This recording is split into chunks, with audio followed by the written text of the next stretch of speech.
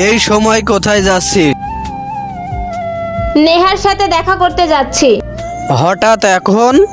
কিছু কাজ আছে তাই যাচ্ছি। কখন বাড়ি আসবি? আরে আমি চলে আসব।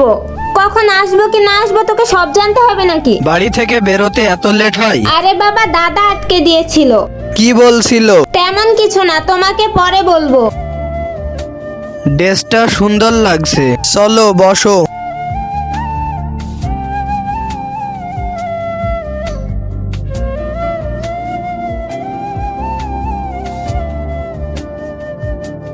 আমি বেরোচ্ছি, কাল ফিরবো। জিজ্ঞাসা করবি না কোথায় যাচ্ছি, কার সাথে যাচ্ছি, কখন ফিরবো। আরে ভাই, কেমন আছিস?